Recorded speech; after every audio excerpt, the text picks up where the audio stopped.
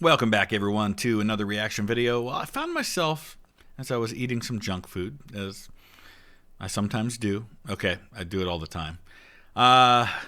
Little confession there. I found myself wondering, is junk food a relatively recent thing? Is it kind of an American thing? I don't think it is, because when I've been to other countries, there's junk food there. It's healthier junk food, it tends to be. But I found myself wondering, did they have the equivalent of junk food back in the day, back in medieval times? And so I went digging across YouTube, and I found this video from Weird History that's actually from 4 years ago and has 5.5 million views, and it's called What Medieval Junk Food Was Like. I'm very interested in the medieval time period, so I thought it would be an interesting video to take a look at today. Did they have things like Twinkies? Did they have things like Chewy Sprees, which are phenomenal, by the way? Did they have those apple pies that are like an empanada and just, oh, so glorious? I don't know. We're going to find out. I'll put the link down in the description. You can check it out without my commentary. Let's dive into this one. Stocking up on chips and Twinkies and hitting the drive-thru for a greasy cheeseburger seem like modern institutions. But the world's love affair with junk food is a tale as old as time. A lot of what would become the fast food industry began in medieval Europe, where people satisfied their junk food cravings with some interesting cuisine. I will say, though, that the idea of fast food, in other words, you're not at home cooking a meal, you can stop somewhere when you're out on the street on your way to work or wherever you're going. I mean, that's definitely something that existed in Roman times. If you go to Pompeii, you can see the fast food vendors there. You can see where you could walk right up on the street and they had their pots right there and they could serve you food. That was definitely something that existed back then. But knights weren't exactly galloping their horses through the drive-thru or grabbing candy bars on their way to the castle. Instead, medieval fast food catered to travelers and the poor, and it wasn't always tasty. Today in Weird History, we're taking a look at what junk food was like in the Middle Ages. But before we get started, be sure to subscribe to the Weird History channel. And while you're there, leave a comment and let us know what other historical food topics you would like to hear about next. So that leads me to an aside. I very rarely ask you guys to like, subscribe, comment, things like that. But especially right now with how YouTube is really pushing shorts and things like that, I have a lot of people telling me they don't see my videos showing up on their homepage when a new video comes out. The best way you can help remedy that situation is to turn on your notifications and hit all notifications, and that way anytime I post a new video, you're going to get a little notification up in the top, and then that way you don't have to worry about waiting to see if it shows up on your homepage. Thanks. Okay, time to get medieval on those Cool Ranch Doritos. London is a city known for its major landmarks and for being a hub of British culture, as well as being the place where Harry Potter was hatched in Big Ben by owls. During the Middle Ages, London was a lot of Harry Potter, I think, was created in Scotland, like in Edinburgh. I know she wrote a lot of it there. I know a lot of the ideas for names and things like that came from the Greyfriars Cemetery, which we're going to be touring on our Scotland tour. Center of trade and commerce, but poverty throughout Europe was high. So for many Londoners, it wasn't easy, convenient, or even possible to cook at home. Cooking equipment and fuel weren't exactly cheap. On top of that, the poor were packed into tenement housing that often didn't have any furnishings, let alone a hearth. This actually makes a lot of sense. It's really more about necessity rather than convenience. It's an issue where you're staying in places where you just don't have access to be able to prepare your own food. Cooking was essentially an unscalable mountain, unless you wanted to fill your home with smoke and risk burning your already meager dwellings to the ground. So I guess we're talking about two different things here, right? Junk food and fast food, or the idea of food that you could get on the go. Not that they're necessarily two different things, because often fast food is junk food, but they're not necessarily the same. So people visited cook shops instead, the old-timey equivalent of picking up some takeout. Cook shops sprouted up around the Thames to serve the community's fast food needs. These 24-hour cook shops supplied hot food to tourists and residents alike. They were open every day, with menus that changed depending on the season. But instead of driving through on a chariot or horse, the cook shops offered more of a stroll-through experience. Customers would walk up to the shops to purchase their favorite hot meal. Others would buy what they wanted, then take it home to eat later. because scarfing down a plate of takeout is not always what you want to do in public. Cook shops weren't limited to London. One city street in Bristol became known as Cook's Row. Bristol's cook shops offered more variety, including poultry and fish, and may have been among the first to subscribe to the adage, "It's the smell that sells." They'd have their hearths outside the shop and would strategically throw food onto cooks so that the smell would entice customers over to grab a quick bite. Right. I mean, the idea of advertisement is, again, as old as time. They didn't have TV or radio to do it, but there were still ways that you could get the word out or get the smell out or attract people to what you wanted them to be attracted to. And I guarantee that what often was being sold here was the leftovers, the scraps, the day-old stuff, the stuff that didn't sell in regular shops. And it's probably why they ended up making things like what we would call a pot pie. I had a couple of really good meat and ale pies when I was in England, and they were fantastic. And, it's just you're throwing whatever together. Some shops served sweets. Others were known for their pancakes and bread. But the most popular might have been the shops that sold meat pies. There you go. Those delicious meat-based treats were a popular seller, kind of like a medieval hamburger, but without the fries and Coke. Speaking of burgers, everyone loves a Big Mac. There's just something about clenching most of the basic food groups in your fist and then forking them down like a snake smuggling dinner through airport security.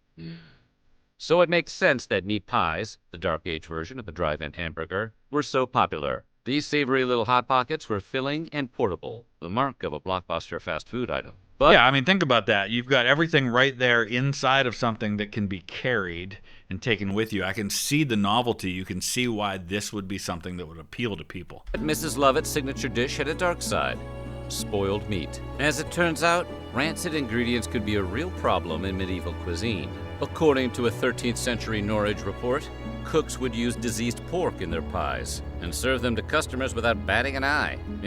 Well, yeah, I mean, if you can mix it in with, throw some onions and some other stuff in there to cover up the taste and then bake it all, I get it. It wasn't uncommon for shop owners to warm up days-old spoiled pies instead of wasting them. Poverty was extremely desperate, and food safety wasn't exactly on the cooks' minds. So the decision whether to heap expired food onto the garbage cart or reheat it and sell it to customers was often disturbingly easy. Probably like it is today, if we're being totally honest. When they weren't recycling bad food, shops often undercooked the meat, which earned some cooks a bad reputation. A saying from the time claimed, "God sends the meat, but the devil sends the cooks." The shift manager at Waffle House used to say the same thing. Bread was one of the most common foods during Europe's Castle period, but most households didn't have... Bread is one of the most common foods during humanity's history, right? I mean, it's a staple of society. There's a reason why when we talk about the Roman Empire, for example, they talk about bread in games or bread in circuses, right? Bread is equivalent in historical minds to being fed. ...of their own grain, so they had to buy it from bakers. And while selling ready-made bread was great, bakers could do much more than that for their customers. For example, if someone brought their own meat to the bakery, they could have the baker wrap it in bread and bake it. The idea caught on, maybe a little too well. London passed a law in 1350 preventing bakers from charging more than a penny if customers brought their own meat from home. Meanwhile, you bring your own meat to Burger King one time, and they ban you for life. It wasn't like it was a cow. I'm not sure what the big deal was. Another modern-day fast food item came about around this time, too. The bread bowl. Modern Europeans pioneered the concept by serving soup and stews in a bowl made out of bread, which they called trenchers. The practice helped bulk up a meal. And again, you have a situation where this is convenience, right? You can't just send people with bowls. Bowls aren't pieces of styrofoam that can be thrown away at this time. They're precious commodities to make a bowl, so you're not going to do that. So it just made sense that at some point somebody came up with the idea of making the bowl out of bread so that people could take it with them. And again, convenience, carry it with you, put all the ingredients in the middle. Makes a lot of sense. It was probably cheaper as it cut down on the need for dishes. But bread bowls weren't the only carb-loading option of the Middle Ages. In addition to being a staple of state fairs and aimless mall wandering, soft pretzels were also incredibly popular in medieval Europe. 3 simple ingredients combine to create the twisted treat. Just mix a little bit of water, some flour, and some salt, and you've got yourself a filling snack officially approved by the Catholic Church. That's right. During fasting periods like Lent, when Catholics avoided eating certain animal products, pretzels often took their place as a substitute. Monks would hand them out to kids reciting their prayers, while others would distribute them to the poor. I've recently discovered the magic of dipping a pretzel stick into a big thing of Nutella, and it's really not good for me, but man, it's so good. Outside of the church, pretzels became a symbol of luck and prosperity. And what's not to feel lucky about when you're chowing down on a handmade pretzel? Nothing completes a fast food run like a 6-pack of booze, because if you're treating yourself, you might as well go all the way. And while drinking alcohol has been a popular activity, medieval Europeans really liked to drink, possibly because they were living in medieval Europe. Right. I mean, throughout history, it's been generally safer to drink alcohol than it has been to drink water. So wine, ale, beer, these are alternatives, and typically low alcohol content alternatives, right? You're not binging like 6 beers at dinner for the most part. Some people probably are. But it's safer and healthier in the long run than drinking bad water. Not even Lent had any effect on the common folks' thirst for memory-erasing refreshment. Part of observing Lent meant not eating meat, so folks would fill that gap in their regular diets with other things. Fish became the alternative choice for some, others turned to booze. But fish was not something that was typically available to your average medieval peasant in the world, right? One of the ways that they determine when they find, a skeleton in a church that they're excavating, one of the ways they determine the status of the person in society is how much fish did they have in their diet, because they can tell that by, certain chemicals, compositions in their bones. So fish was, sure, it's available, but it's not necessarily available to everyone. Provided temporary solace from abstaining, the practice of staying thoroughly soaked through Lent didn't sit well with some prominent religious figures. In 1400, the Benedictine monk Robert Ripon had strong words for anyone drowning their sorrows. He scolded excessive drinking as flying in the face of the abstinence that Lent was meant to symbolize. Right, excessive drinking. This is the problem with society in general. It's not necessarily that we use certain products, it's that we abuse certain products. And opined that people got more drunk during Lent than they did during the entire rest of the year. Of course, he probably didn't have to eat some of the meat substitutes that commoners were forced to turn to, like the mock egg, a dish that was invented as a meat replacement during Lent. If he had, he might have been pounding brews in the tavern right beside them. Making a mock egg is easy even today. Just take a few empty eggshells, fill them with a mixture of almond milk jelly and crunchy almonds, then dye it yellow and choke it down with a mug of ale. Tasty? Now pass the beer, please.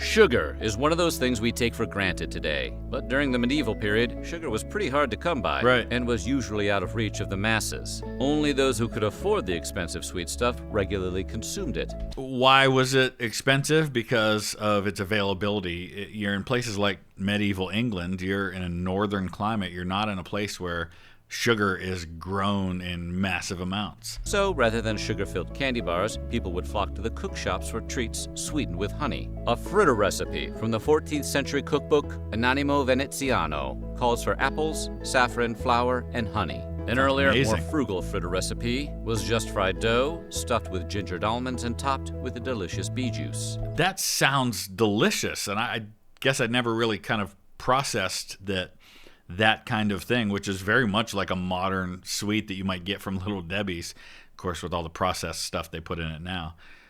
I'd love to try that. Max Miller, get on this. Maybe he already has. Gingerbread, another popular item for satisfying the peasantry's sweet tooth, also used honey, incorporating ginger, cloves, and pepper, giving it an inimitable sweet and spicy flavor. But when you're in the mood to throw money at a cholesterol spike, there's nothing quite like the funnel cake. A delicious combo of fried dough and powdered sugar. The mother of all carnival foods got its start in medieval times. Really? Funnel cakes began as fried cakes called crisps. Because of their sugary topping, the cakes were a rare treat. Since ingredients like sugar was so limited, people would often improvise their own recipes, which is how we got dishes like fritter of milk, which is just fried, sweetened cottage cheese, otherwise known as a dessert you give your kids when you want to punish them. Yeah. Waffles, as we know them, also came about during this time. Waffles, The yeah. original waffles date back to ancient Greece. Known as ovelios, they were flat cakes cooked between two plates, and they weren't sweet, which is a huge oversight that arguably contributed to Greece's downfall.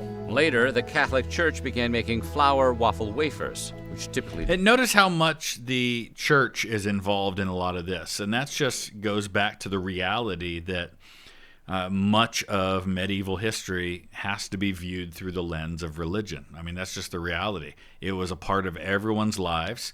It dictated how people lived. It dictated how they ate. It dictated where they went, what they did with their time. depicted biblical scenes. But it wasn't until the Crusades when a more recognizable version of waffle batter, combining cinnamon, honey, and cream, really took off in Europe. And in the 15th century, the Dutch invented the famous grid patterns that Yes. transformed waffles into the optimal syrup and whipped cream delivery systems celebrated by junk food connoisseurs centuries later. Initially, waffles were a common street food, but would eventually become the breakfast and dessert staple we fling into toasters to this day. And it makes sense, again, street food, because it's easy to grab and you can break it up into pieces and eat it on the go, so I get that. Thanks to the discovery of the New World, sugar became affordable and accessible to everyone by the 16th century. London And even is one of the main things that fueled the rise of the slave trade was the sugar plantations in the Caribbean. It's a big, big, big part of that, and made sugar, molasses, things like that accessible to people. opened a sugar refinery, prompting a trend that continues in modern food processing today, adding sugar to almost everything. Sugar quickly replaced honey in most desserts. People began crystallizing their fruit in syrups, and even started using sugar to season their meats. Really? If you cover a plate of fish and vegetables with enough sugar, eventually it tastes just like sugar, which was a welcome respite for poverty-stricken families accustomed to eating rotten meat pies. Sugary concoctions became popular junk foods during the period, including Right, and a lot of the times to cover up the taste of meat, that's how you get the invention of things like ketchup, right? Just to pour on your meat to cover up the taste. crispy crust topped with berries, fruit, or ginger, and a sweet fruit-filled ravioli called cuscanoles. Cuscanoles is just a good name. You can picture that on a Hostess wrapper next to a mascot, like the Cuscanoles Kid. This love of sweetness transformed the European diet to such a degree that the word dessert can even be traced back to this time. Derived from the French word desservir, meaning to clear the table, the French were using it to mean last course by the mid-16th century. okay. The English later adapted dessert to refer to the final course of fruits and sweets that people ate after their meal. The Cuscanoles Kid would be proud. So what do you think? Would you? Okay, that was good. I learned some things. Really interesting. Food is a great lens through which to view history, to understand people's motivations, people's actions, the way people did things that they did, the way that people lived in different areas and moved to other places, all that sort of stuff. If you want to see some more videos related to food and history, check out my Max Miller playlist for the videos I've done taking a look at him, because that's what he does, and I'll throw some example videos up here on the screen for you to check out right now. Thanks for watching.